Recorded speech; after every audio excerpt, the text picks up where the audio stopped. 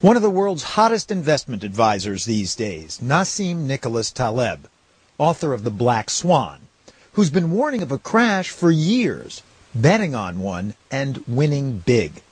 He's been ubiquitous in the financial media of late, from cable TV's Colbert Report to the BBC's Newsnight, where he was infuriated by what he called bogus accounting. The first thing I would get immediately, I would suspend something called value at risk, quantitative measures of risk used by banks immediately. We sat down with Taleb and the man he calls his mentor, mathematician Benoit Mandelbrot, pioneer of fractal geometry and chaos theory. And even more than feeling vindicated, they're both scared. I don't know if we're entering the most difficult period since not since the Great Depression, since the American Revolution. The most serious situation we've been in since the American Revolution? Yeah. Professor Mandelbrot, can that possibly be true? It's very serious. More serious than the Great Depression, possibly? Possibly, I hope not.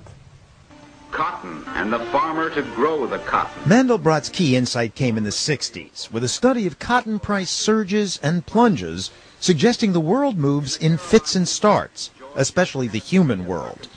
Decades later, after the stock market crash of 1987, Taleb came to the same conclusion. He appeared on the NewsHour 2 years ago to help explain the death of a hedge fund before the current crisis. He dubbed the event a black swan. Impossible, Europeans had always thought, because they'd never seen one. We saw a lot of white swans. Every white swan was confirming that, hey, all swans were wise.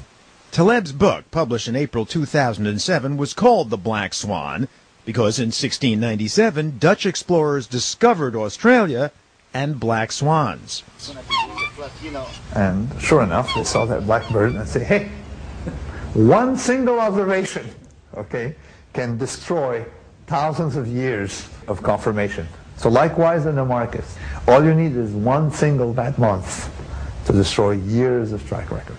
In the book, Taleb wrote, "The increased concentration among banks seems to have the effect of making financial crises less likely, but when they happen, they are more global in scale and hit us very hard.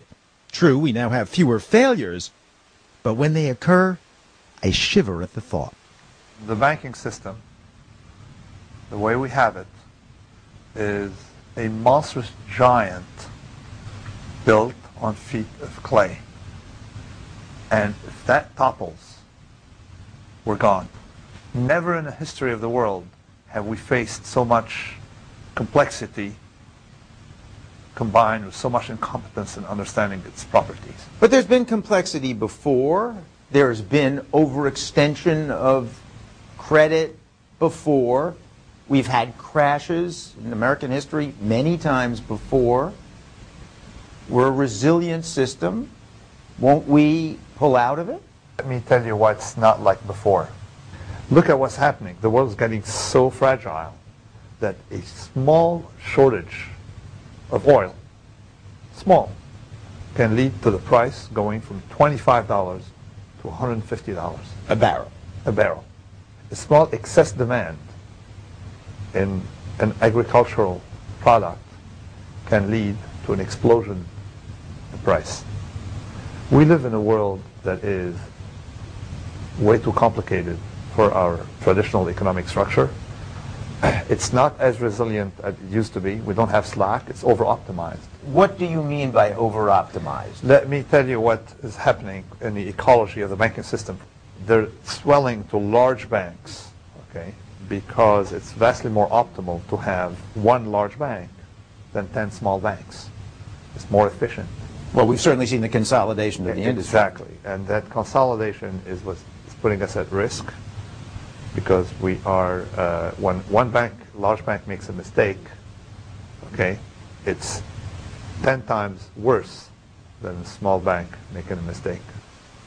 And I guess I'm realizing that that's where your famous work comes in. It's always been characterized, or the work that you're central to, as the butterfly somewhere disturbs a little bit of air and halfway across the world a tornado hits or something, right? Is that what we're talking about here? Something very similar.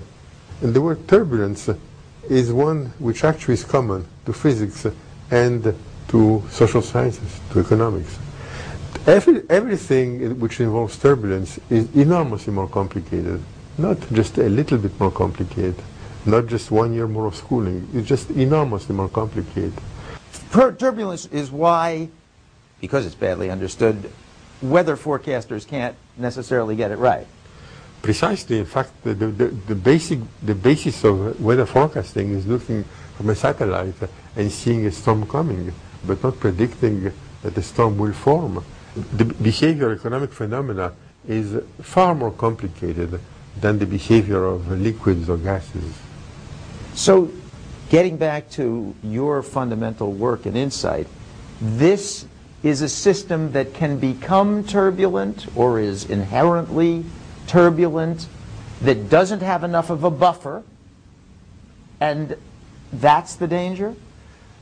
That is not well understood. In fact, that is misunderstood, for which tools have been developed which assume that changes are always very small. If one of them comes, nothing bad happens.